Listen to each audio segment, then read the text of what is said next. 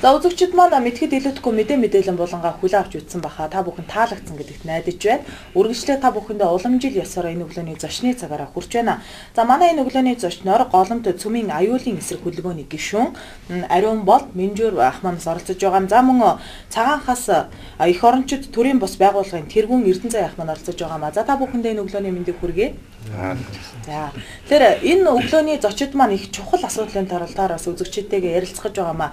За энэ бол тун удахгүй болох гэж байгаа 3 сарын 9-нд болох гэж буй цөмийн циклийн эсэргүүцлийн хөдөлгөөн бас дэлхийд даяараа өрнөж байгаа. Энэ бол Японы атомын цахилгаан станц Фукушимагийн дэлбэрэлттэй холбогдуулсан тийм ээ тэр дундаас 2 жилийн бас айг өгцөн дэлхийн нийтэд эрүүл хөдөлгөөнийг бий болгоё, эрүүл дэлхийн төлөө тэмцэе гэсэн уриандор энэ бүхэн маань болж байгаа учраас энэ талаарх мэдээллийг бас үзэгчдтэй бас хүргэн зүйтэй болоо гэсний үндсэн дээрээс энэ өглөөс очтоо бид бүхэн урьсан байгаамаа. Тэгэхээр хөдөлгөөнийхөө талаараас танилцуулъя. За мөн 3 сарын 9-нд болох гэж байгаа энэ цөмийн аюулгүй зэвсгийн ерөнхийн эрүүл дэлхийн төлөө гэсэн уриалтай энэ аяныхаа талаараас ярихгүй юу гэж хэлмээр байна. Тэгэхээр ер нь цөмийн эрчим хүч хэзээ гарч ирсэн бэ гэдгийг хэлэхэд энэ 1945 онд одоо дэлхийн 2 дугаар дайны дараа энэ дайнд оролцогч том гүрнүүд одоо дэлхийг дахин хуваа эзлэхийн тулд том зэвсэг хүчтэй зэвсэг хийх төлөө одоо маш их зардал гаргаж тэгээд цөмийн бөмбөг хийх энэ үйл ажиллагаа эхэлсэн байдаг.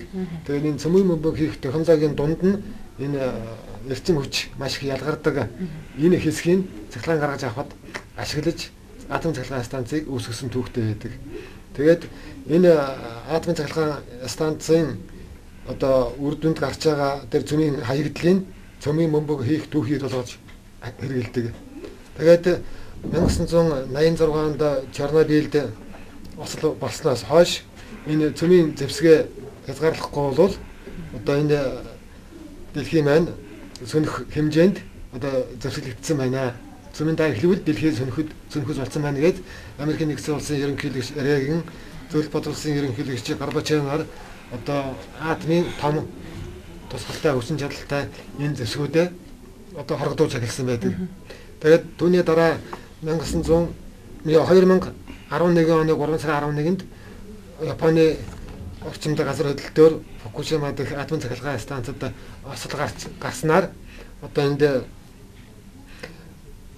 дэлхийн бүх хүмүүсүүд ер нь цөмийн эрчим хүчнээс татгалзах нь зүйтэй юм а гэдэг дүгнэлтэнд хүрээд энэ цөмийн эрчим хүч бол их одоо дэлхийн бүх асуудлыг шийдсэн найдвартай эрчим хүч, цэвэр эрчим хүч гэдэг үзэл баримтлалыг одоо ярьж мухаг нь даллаж ясан энэ мэдээллийг одоо ил гаргаж атомын цөмийн эрчим хүчийг дэлхийн нийтээр сэргүүцэх энэ үйл ажиллагаа өрнөж эхэлсэн байна. Тэгээд энэ үйл ажиллагаанд мөн Монголын ард түмэн бас нэгдэж энэ үйл ажиллагаа явуулдаг. Одоо Монголд бол өнөөдрийн байдлаар одоо атомын цахилгаан станц барин энэ уран олборлон цөмийн төлш хийн гэсэн энэ хөтөлбөрүүд одоо батлагдаад тэгээд энэ засгийн газраас хэрэгжүүлэх юм ажиллагаанууд явагдаж байгаа л да. Тэр дэлхийн нийтээр цөмийн эрчим хүчнээс татгалзъя гэдэг ингээд одоо энэ цөмийн эрчим хүч бол үндсэндээ технологи нь бүдүүлэг юм. Тэр хаягдл нь дэлхийгээ сөнөөхөж ийм их уршигтай муу үр дагавартай байгааг эсэргүүцээд энэс татгалзаж байхад Монгол энийг хөгжүүлнэ гэдэг байгаа нь очир дутагдaltaй юм а гэж энэ хүмүүсүүд Монголын ард иргэд үзээд хэсгээрээ эвлэлд нэгдээд энэ тэнд бүлгүүд хөтөлбөрүүд байгуулагдаад ингээд явж байгаа юм а. Энэний нэг хэсэг нь одоо бид хэд байгаа. Энд манай бүлгийг бол одоо голомт цөмийн аюулыг эсэргүүцэх хөдөлгөөн гэж нэрлэдэг. Тэгээд энэ хөдөлгөөнийхөө тухай манай ярина. Манай хөдөлгөөн 2011 онд ер нь бол хэсэг бүлэг одоо хүмүүсийн санаачлагаар байгуулагдсан. Тэгээд тэрнээс хойш бол бид маш олон арга хэмжээнүүдийг авч явуулсан байна. Тухайлбал 2011 онд Хирошима Нагасаки дээр хаягдсан бөмбөг хайсан шүү дээ. Атомын бөмбөг хайсны ой зориул бид мянган цаасан шугам тийм үзэсгэлэн гаргаж олон нийтэд таниулж ирсэн. За тэрний хойно бас 2011 онд энэ Чернобылийн Фукушимагийн ослын 1 жилийн 2012 онд тийм Фукушимагийн ослын 1 жилийн хойд зориулсан тийм багт жагсаалыг зохион байгуулж ирсэн. Бас Чернобылийн ослын өдөрт 4 сарын 26-нд зориулсан Бүү март Бүү давт гэсэн тийм жагсаал цуглааны зохион байгуулж ирсэн. Тэгээд одоо энэ уламжлалаараа бидэд дараагийн Фукушимагийн ослын ойд зориул 2 жилийн ойд зориулсан энэ 3 сарын 9-өөс 11-ний хооронд болох энэ дэлхийн нийтийн үйл ажиллагаанд идэвхтэй оролцож байгаа маа. Түүнээс гадна бидэд манайхан бас өөрсдийн вебсайт, блог ажиллаулдаг. Тэрүүгээрээ бид нэр одоо маш их олон хүнд мэдээлэл өгч одоо олон талын сурталчилгааны үйл ажиллагаа явуулдаг. Тэрний нэг жишээ нь бол бас бид одоо сая голомт гэдэг сониныхоо анхны дугаарыг гаргасан байгаа. За энэ бол одоо үнэгүй сонин бидний одоо ард түмэндээ одоо мэдлэг энэ цөмийн аюулын одоо талаар тодорхой мэдлэг олгохын тулд бид нар одоо энэ сониныг бэлтгэн гаргаж байгаа. Цааш бас гарах баг. Тэгээд энэ жагсаалын үеэр бид нар энэ сонингоос бас дараа нь өөрсдийнхөө байгууллагын одоо танилцуулгыг бас дараа нь мөн энэ цөмийн аюулын талаар, уран олборлох, хор хөнөөлийн талаар энэ талаар бид нар бас хүмүүстэй санал солилцож мэдлэг түгээх ийм үйл ажиллагаа явуулах юм байна. Эрдэнэ сайхан маань бас цаагаас их орончид хөдөлгөөний талаараас үзэгчдэд танилцуулахгүй. Ямар бас үйл ажиллагаануудыг энэ жилүүдэд хийж явав тийм ээ. Тэгээ манай бол одоо хошмол цагаас бүлгэн гэдэг байсан. Манай бол хөхөн бүлгэнтэй салшгүй хамтарч ажилладаг. Тэгээ хөхөн бүлгэнээр багаас комьюнитийн найз. Бид бол одоо үндэсний үзлүүд гэж явдаг.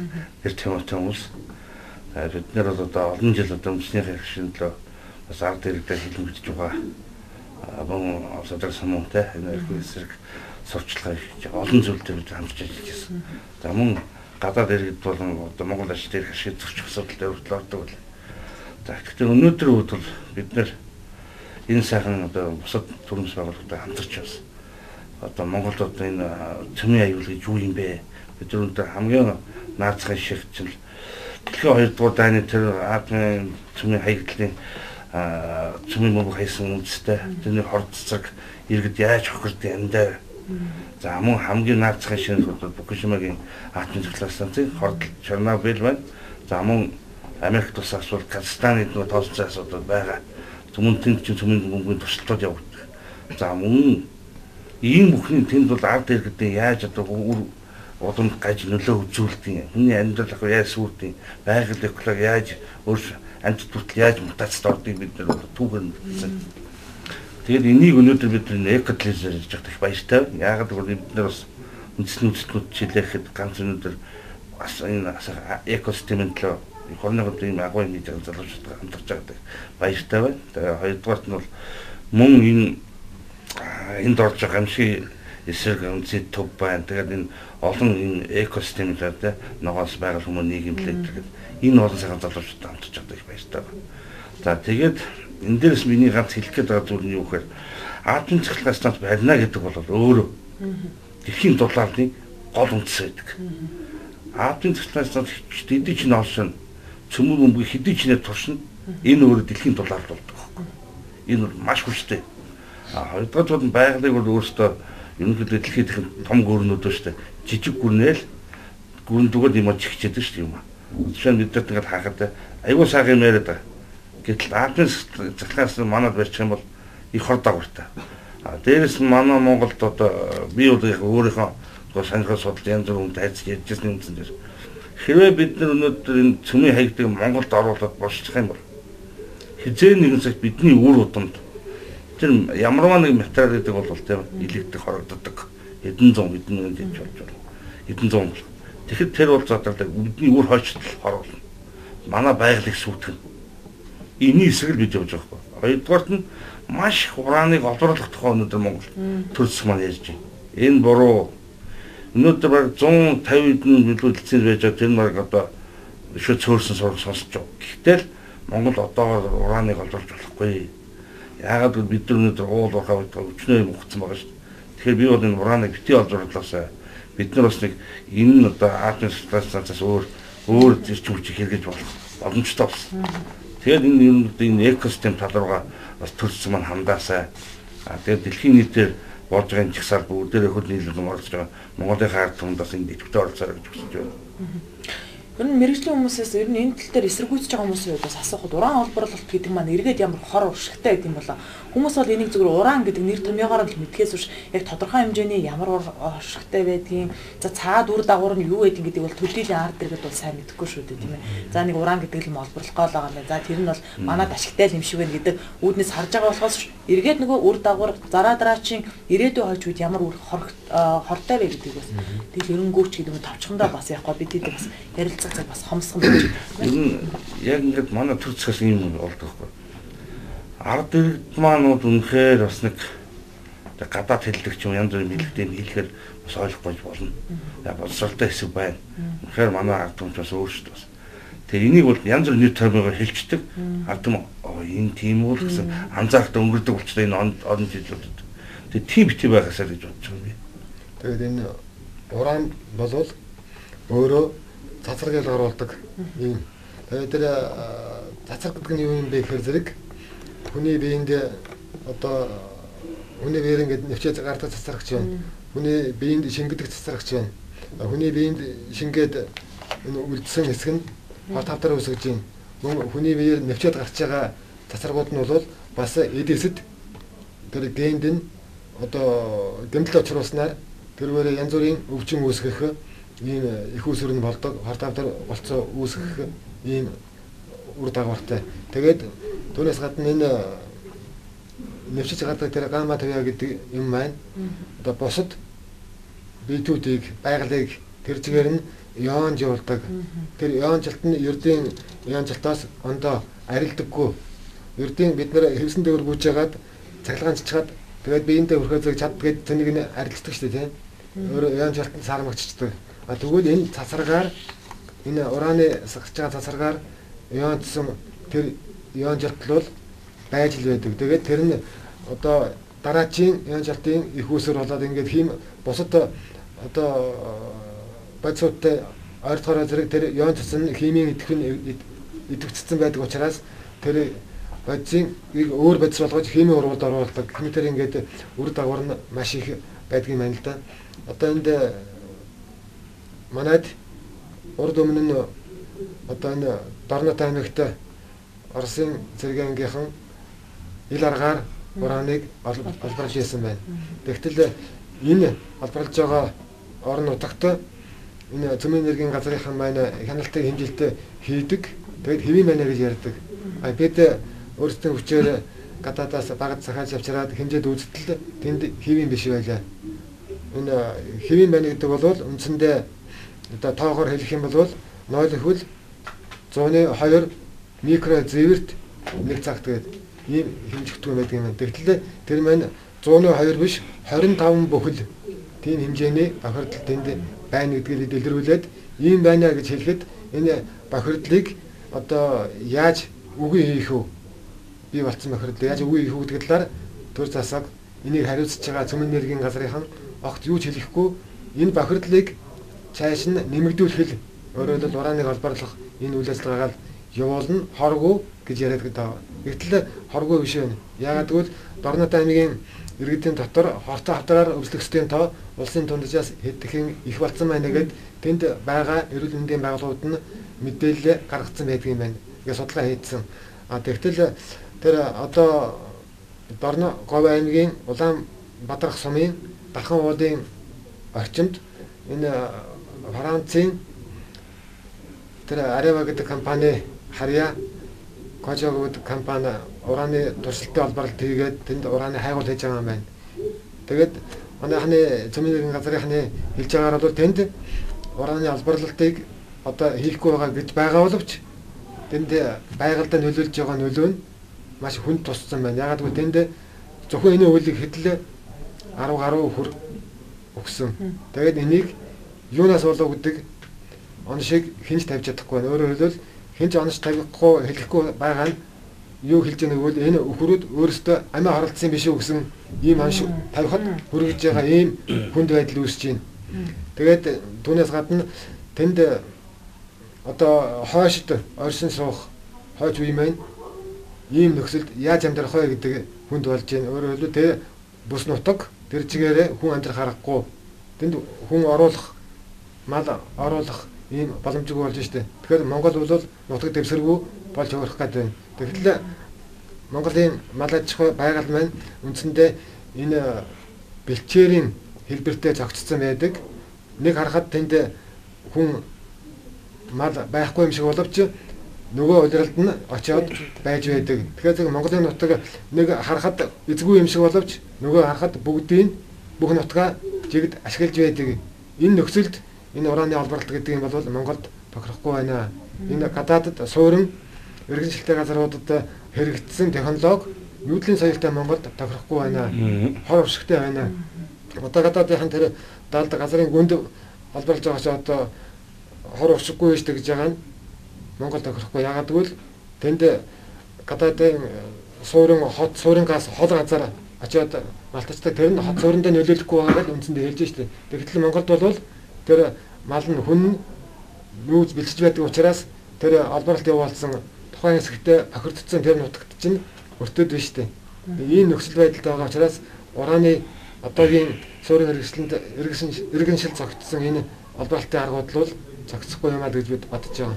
Тийм учраас уран Монголд олборлох хэрэггүй юм аа гэж үзэж байгаа. Яг энэ төр нэмээд хэлэхэд бол одоо нэгдүгээр бас хэллээ. Гэтэ сүүлд манай хотод янз бүрийн одоо олборлолтоос болоод тийм Монголын маш ховор ийм ургамал антид цөөрч мөхж байгаа. Хоёрдугаар бол энэ дээр хэрвээ уран маань одоо доронтод олборлж ирсэн хэмжээс бусад газрууд олборлоод ихлүүл бид нар бас нэг булаг шанд асар их олон юм тагж хорж ирнэ. Бид нар одоогийн байдлаар хамгийн сүдэн тоочод 200 гаруй голгор бундаг шанд устсан байна. Тэгвэл бид нэр дахиад одоо өмнө том зинг усыг алдаж байгаа бол дахиад дээрээс бид нар шөө юу алдахаа мэдэхгүй болж байна. Эцэст бид нар бол нүүдэлчин аж ахуйтай ард түмэн тийм үү? Бид нар суурьшил бий. Гэхдээ орон нутгийн бид нөгөө мал аж ахуй маань байна. Гэтэл энэ маань мөхөлд ирж байгаа цаана байж бас нэг байгалийн маань антид тэр чигээр мөхөлд ирчлээ. Дээрээс нь тэр ураныг олборлоход бол асар хэмжээнд бас голцоо химийн хор ашигладаг. Тэгэхээр тэр нь одоо уранаас өгөхгүй байна гэж хэлэхэд ураныг олборлохын тулд тэрийг одоо молдож авч гаргахын тулд асар хэмжээний химийн хор ашигладаг байхгүй. Тийм юм одоо өмнөөс үүсэж өгдөг. Альва нэг юм бол нэг юм агаарт гарлаа нэг химийн гоцоход заавал өсөлтөд нэг юмтай уруулд ордог. Байгаль гэдэг нь маш олон одоо юмнаас үүсдэг юм. Тэгэхэд тэрнтэйгээр ховсч чадах юм бол үүснэ. Тэр л хор болдог байхгүй. Тэрний дараа нөгөө хүний ургийн гажиг одоо антны мутац үүсгэх юм уу? Энэ явдлууд одоо цаг хугацаагаар явж эхэлдэг. Энэ бол хамгийн том чанартай Чернобыль болж. Яг зарим нэг амт бол асар их өөр болсон. Одоо Фукушима дээр одоо том бол яаж өөрчлөлт эднэрүүд яг цөмийн аюулыг үдцсэн ард юм шүү дээ. Монгол бол ингээмээр байна.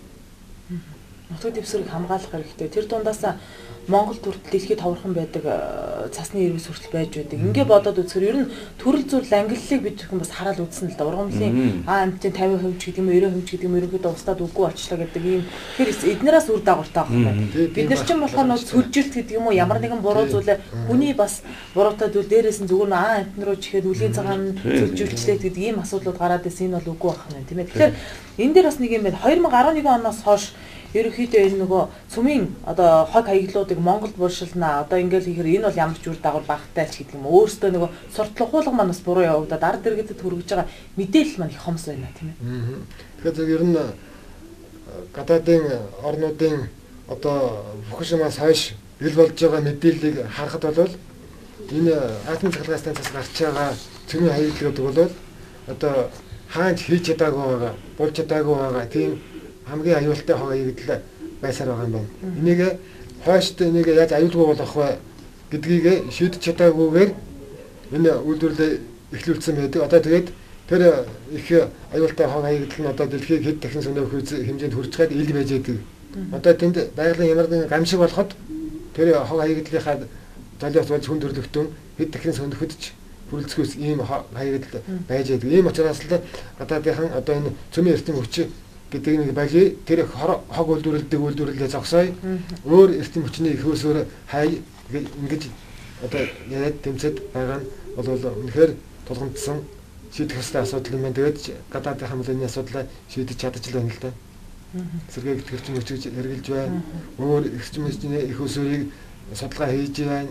Амжилттай юмнууд энд байгаа. Гэхдээ админ захиргааны станц бол энэ цөмийн эрдэм хүч бол энэ хүн төрөлхтнийг аврах царын ганц эрдэм хүч биш юм аа гэдэг л одоо ойлголтыг хүн төрөлхтөө одоо бий болгоцсон тэрний хадгалан ажиллаж байна. Жишээлбэл одоо 1 мегаваттын хүчин чадалтай админ захиргааны станц гэхэд тэр бол одоо өчнөө маш олон тонн цөмийн хаягдл гаргадаг байхгүй. Тэгээд тэр цөмийн хаягдл нь өөрөө дахиж тэрүүгээр одоо цөмийн зэвсэг хийх боломжтой гэдэг юм уу? Тийм плутон ялгаруулдаг, плутон агуулдаг. Тэгээд тэр их олон зуун тонн нэг жилд ч тэгээд тэнд чинь одоо шилээд Японд бол 50 захиргааны админ захиргааны станц байж байгаа гэдээ бодоход хэд байх вэ бодоод үзтээ. Тэр их одоо цөмийн хаягдлаа хааш нөх одоо хинч шийдэг байхгүй. Тэгээд яг энийг дахин боловсруулна гэж ярьж байгаа. Тэгтэл тэр бол үнэндээ бол одоо яг хэрэгжчихсэн гэж хэлгээд бол хэцүү. Зөвхөн Францад бол нэгэн тийм үйлдвэр байдаг гэдэг. Гэхдээ яг үнэндээ ямар хүчин чадлаар ажилладаг гэдэг бол бид нар бол сайн мэддэггүй. Тэгээд тэнд янз бүрийн дам яриа сонсогддог юм байна. Жишээлбэл одоо Японд одоо сая тийм дахин боловсруулах үйлдвэр гэж хэлээд байрсан. Тэр нь одоо хүртэл ашиглалтанд ороогүй. Өөрийнхөө анхны өртөөс 3 дахин хүртэхдээ тэгээд маш хэцүү.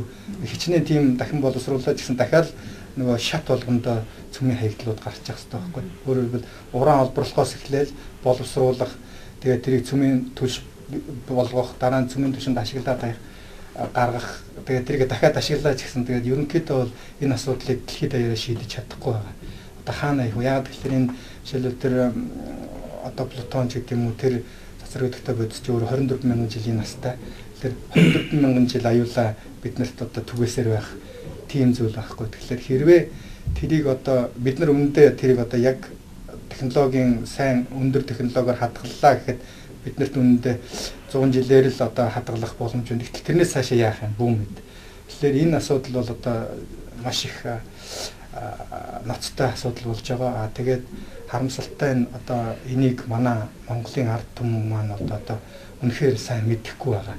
Тэгээд бидний одоо ажлын гол зорилго бол одоо энэ үйл ажиллагааны гол зорилго бол энэ талын сурталчилгааг өгч одоо ард түмнэр одоо энэ янз бүрийн ураны бодлого те энэ цөмийн админ захиргааны станц энэ том асуудлууд ард түмнийхээ санал асуулга дээр шийдэх ёстой гэдэг байр суурьтай байгаа бид нар.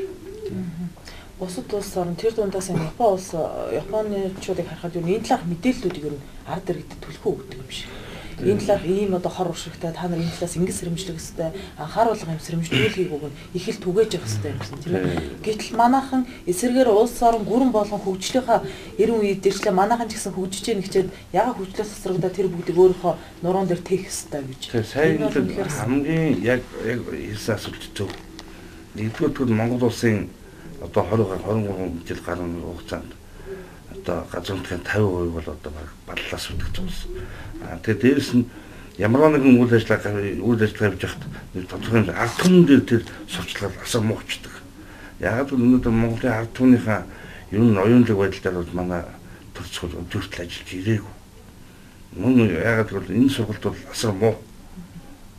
Үндэсний аюулгүй байдал гэж юу юм бэ? Хүүхд өсгөөсөө байгаль экологи яаж хайрлцдаг. Энэ чадвар муу байхгүй. Тэгээ энийг л бид нар хөгжүүлж чадахгүй өнөөдөр Монголын үндэсний уламжлалт байна уу? Экосистемд энийг ярьж чадахгүй төр байгаад үнэхээр байхгүй шүү дээ. 23 жил бид нар газар баялгаас шүтгэсэн. Дээрээс нь одоо юу тэр цөмийн уран тэр плутоны нэмэгдүүд ямар аюултай одоо эдгээр бол зүгээр нэг гоё үгээр яриад байгаа. Ард түмэнд бол бид нар чадхаараа сурчлагыг хүргэдэг юм. Тэгэд одоо энэ үр ашигыг хортоо нөхцөлийг бол цаашдаа бид нар асар олон хэмжээний залуучууд хүүхдүүдэд хүргэнэ. Эко байгаль экосистем гэж юу юм бэ? Энэ бол ерөөсөн хүнд хэрэгтэй юм аа. Бид нар энэ цэвэр орчинд амьдрах ёстой, эрүүл агаарт байх ёстой. Тэгээ ямарсан бид нар бол чадлаар одоо ногоон орчин үүсгэх тэр талаараа сүнстэй дэлхийд нь бас энэ явдлаар цаашдаа. Тэрнээд Улаанбаатар хот маань ч гэсэн ер нь энэ ураны асуудлыг яаж чадсан наадам бол дэмжих гэж бодож байгаа. Тэгээд хамгийн аимшигтай зүйлүүд бид Казахстан дээр юмыг давтмааргүй байна. Тийм ээ. Одоо Орос байна, энэ орнуудын тэр ганцтай том хотууд нь одоо бүр хаалттай болсон. Юу ч байхгүй юм байна. Тэрнчил Монгол дахиад нэг тийм гарчихгүй айц төрөд байгаа байхгүй. Газар нутгийн хэмжээнд бол манайх бол Орос албаны улстай харьцуулшгүй шүү дээ. Тэр бол агуу том их бүрэн байж байдаг. Манайхан бол газар нутгийн хэмжээ үйлээ хүн амын тоо хэдүүлээ. Бас энэ ард иргэдийнхээ тоог бас бодоод үзэх нь бас зүйтэй юм болов. Тэр дундаас яг түрүүний хэлдэг шиг боловсролыг илүү их түлхүү хөргөжүүлэх нь зүйтэй юм болов. Заавал гадаад улс орн гэж явж дамнахтай гол нь биш. Ард иргэдэд тухайн яг тогоон дотор л бүгдийг өгөн зохицуулаад өөр өөрсдийнхөө байр суурин дээр илэрхийлчих юм бол энэ явах хаа. Та бүхний явуулж байгаа үйл бол үнэхээр сайхан байна. Яг тэгэхээр бид бүхэн ч гэсэн эрүүл мэндийн төлөө экологи хайрлыг гэсэн үндсэн дээр л ард иргэдэд илүү түлхүү төр мэдээллийг хүргэж идэг. Ногоон байгууламжийг бид бүхэн мянга бүтээгээ дээрээс нь энэ аимшигтай цөмийн хаягдл зэвсгүүдийг оруулаад ирэх юм бол бидний бүтээж байгаа зүйл хажууд нь юу ч болж хувирах гад ишүү л тийм. Одоо жишээлбэл нэг юм жишээ хэлдэг л да. Тэр Чернобылийн орчимд байгаль яаж сүдэж ийн вэ гэдэг интернет дээр мэдээлэл өгдөг. Тэнд юу болж байгаа нөхөр зэрэг одоо ердийн сайхан гацуур ингээд өндрийн гол модныхоо ингээд салаалаад ингээд сайхан жиг дургадаг шүү дээ мөчрүүдэндээ. Тэгтэл одоо халуун орны навчнууд нь зөвхөн дээрээ ургадаг одоо тийм пайлма шиг нөгөө жиг дарж ургаж байгаа хэвээр мөчрүүдэн дээрээ ингээд сагсаадсан. Одоо мод хүртэл одоо тийм болж гажиж штэ. Тэгээд тэрнээс гадна бусад ургамал одоо ямар байгаа бөөмөд тэр амт ямар байна бөөмөд одоо энэ манай урд хөрш хятадд цөмийн мөмбөгөө бас нэлээд хэдэн удаа туршсан. Тэгээд тэнд одоо цөмийн эрдэм хүчийг хашгилж гин гэтэл хятадд байгаль бүх хүн амт нь мал нь ямар болж ийн гэдэг маш их мэдээлэл өгдөг. Тэнд жишээлбэл одоо хүүхэд хоёр нүртэй төрж гин. Одоо хүүхэд хоёр нүртэй төрнө гэдэг чинь одоо маш том амшиг шүү дээ. Одоо тэр мал тугал гахаа хоёр ханшаартай хоёр талгаатай төрж гин. Тэгээд галуу ногоос дөрвөн хөлтэй төрж гин гэл байгаль маань биш болж штэ.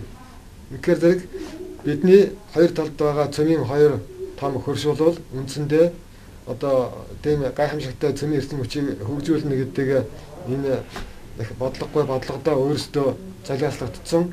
Үндсэндээ одоо жишж хэлэх юм бол одоо тэр цөмийн эрдэм хүчнээс гарч байгаа цахилгаан гэдэг жижигхэн өнгө махны төлөө хавханд орцсон хулгайн шиг болцсон байна. Тэгэхээр одоо тэр гүрнүүд чинь өөрсдөө тэр хавханд орцсон байдлаа бусд руу яаж төлөх вэ? Өөрсдөө яаж цэвэр гарч ирэх вэ гэдэг бодлого л энэ дэлхийд даяар явагдаад байна. Монгол бол одоохондоо энэ хавханд орцсон хулгайн шиг биш байна. Бид бусдын төлөө хавханд ормооргүй байна. Энэ л үйл ажиллагааг бид ард түмэндээ ойлгуулах юмсан гэж явж байгаа. Тэгтэл одоо энэ үйл ажиллагааг ард түмэндээ энэ цөмийн эрдэм хүчний энэ цөмийн технологийн талаар зөв ойлголт өгөх ёстой цөмийн энергийн газар гэж байдаг. Энэ маань одоо цөмийн энергийн энэ хор холбогдлоо огт ярихгүйгээр нөгөө сайхан өнгө махны тухай яриад ахмад ордог тухай ярихгүй байгаа байхгүй юу?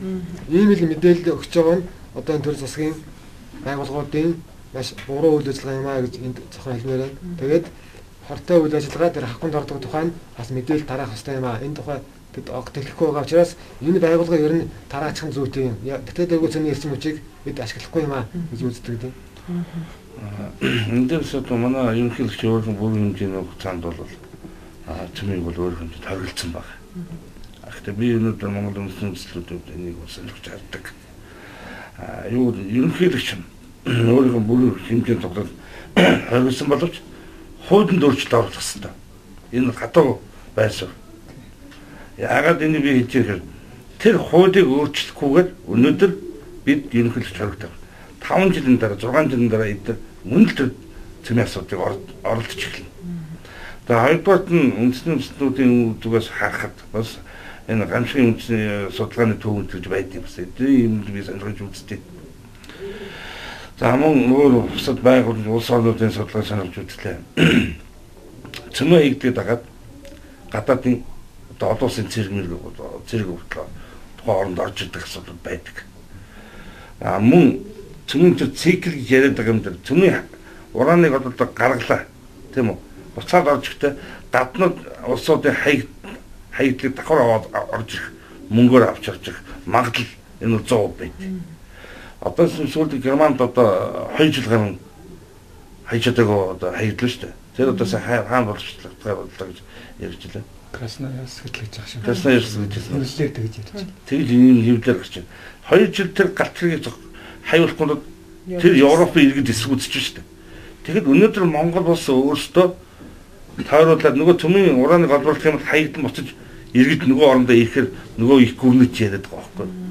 Бид нэр хогинсо болох гэдэг. Энэ бол бити өстой мөрөөдөө. Бид бод энийг өстой үхэн амин сар энийг хамгаалах хэрэгтэй газар нутгаа. Экосистемийг бид амин сар хамгаалах. Өөр асуудал байхгүй. Тэгээд яхаа зөвлөлтөө тэр өөрийн цөмийн цикл гэдэг асуудал чинь жишээлбэл 1-2 жил ч юм уу асуудал биш. Олон жилээр 10 жил дорайж явагдах асуудал байхгүй. Тэгээд манай зарим хүмүүс болохоор жишээлбэл одоо өөрийнхөө манай тэр өөрөөсөө гаралтаа тэр урааныг одоо жишээлбэл ураанаа олборлоод экспортлоо тий.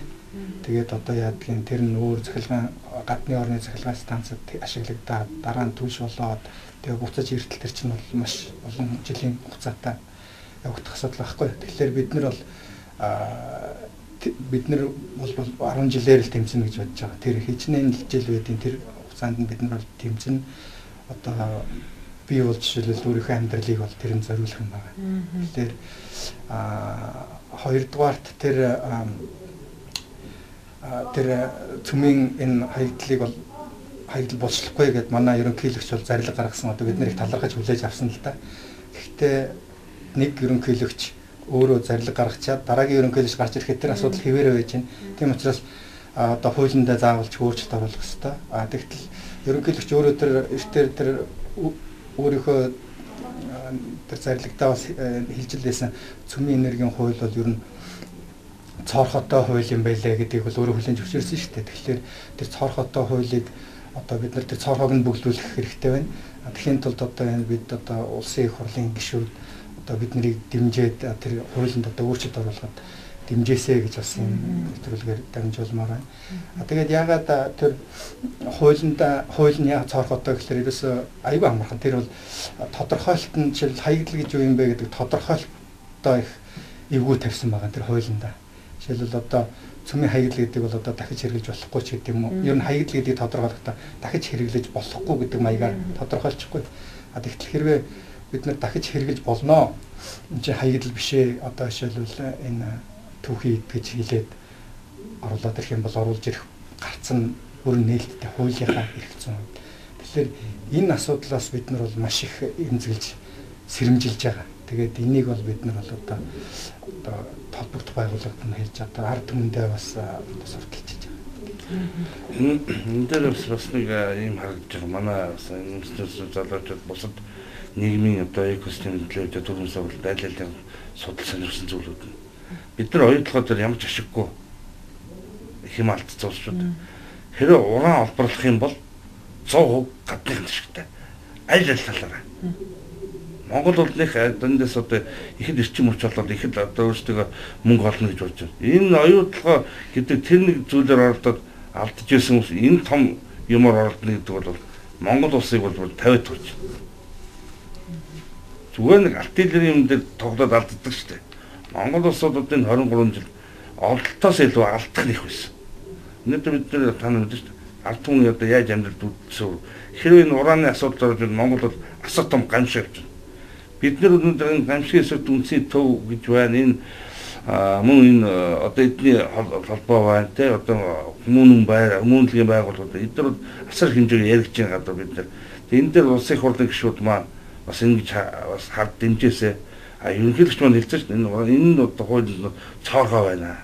Энэ цоорхог бол тэр хүний сэтгэлд бөглөчихсэн гэдэг юм байгаа байхгүй. Сэтгэл байна. Дэмжлэг хэрэгтэй. Ерөнхийдөө бид чинь арчсан орны иргэд шүү дээ. Тийм учраас бид нэр арчсан маркер энэ дээр бас хатуу байршаа эзлэх дэлхийд ихэнд бас арчсан орн ямар хүчтэй байд юм бэ гэдэг бид нэр харуулах гэж бас энэ дэмжлэг өрнүүлж байгаа. Нэрхсэн хашгирах биш харин тэрнээс өмнө л юмыг наан зогцоож нөмөрч явахгүй бол бас болохоо байсан цаг ирсэн байна гэдэг. Энэ ураны үйлдвэрлэлийн үр ашиг, үр дүн ямар байдаг тухай энэ сургамжтай мэдээлэл бол тэр Африкийн орнууд дээрхээс харж болно л да. Тэр Африкийн орнууд дээр Францын тэр Areva компани үйл ажиллагаа явуулаад тэр энэ үйл ажиллагааны үр дүнгээр одоо байгалийн маш ихээр хордуулсан байгаа. Тэнд одоо хүн одоо амьдрахад хэрэгтэй болцсон. Энэ байдлын одоо олон улсын байгууллага үнэлээд тэр Areva компанид одоо энэ Areva компаниас одоо манай Цөм энергийн газархан бол одоо хамгийн шилдэгнэгээд өөрөө дараад ирсэн энийг л ажилуулна гэдэг байна шүү дээ. Гэтэл тэр маань одоо энэ дэлхий бохирдуулсан хамгийн муу үнэлгээний тийм сал өргөмжлөлт авч ирсэн энэ компани гэдэг. Өөрөөр хэлбэл энэ компани бол үйл ажиллагаанд дэлхий дээр хамгийн муу технологитой байгаад хамгийн цөм нөлөө үзүүлдэг хортой ийм компанид манайд үйл ажиллагаа явуулах гэж байгаа нь одоо маш харамсалтай байгаа. Үүнийг манай төр засгийн байгууллагууд одоо хамгийн шилдэг технологи гэж магтаад байгаа нь их харамсалтай байгаа. За ингээд яриад байвал бас нэлээд цаг орох нэг үтсэн манаас өглөө хөтөлбөрийн маань цаг дуусгаад уг нь тун хэрэгтэй мэдээллүүдийг бас үзэгчид энэ цагт багтааж хүрэх гэж бас хичээлээ тийм ээ. Тэр ерөнхийдөө зах цухааснаас үзэгчид маань ойлгосон баха. Цөмийн уран гэж үеийн хавкай гэдгийг ямар хор урагштай байдгийг тэрний нэг жишээ бол бас нэг жижигхэн зүйлээс харахад хонгор сумынхан бас ямар л байдалд орж ирсэн билээ тийм ээ. Ингээ харахаараас улс орноо хайлах сэтгэл төр дундаасаа байгаа экологтойгоор яаж зөв тэнцвэртэй харьцах вэ? Монголчууд бид хүн улс орноо хамгаалахгүй бол өөр хэн хамгаалах вүлээ? Дуу нэгтээ нөө докторвол дуу нэгтээ явъя гэдэг шиг их орныхоо төлөө бас нэг явъя гэж бодлоо. Тэгэхээр энэ талаарх мэдээлэл бас хүргэсэн та гуравтаа маш их баярлалаа. Энэ өглөө бас бидний урилгыг хүлээж аваад хүрэлцээрсэн маш их баярлалаа. Цаашлаас мэдээллүүдийг бас олноор сайхан түгээгээрэй гэж хэлмээр байна. За энэ түрээд манай гигэ өглөө хөтөлбөрийн маань зочны цаг дуусаж байна.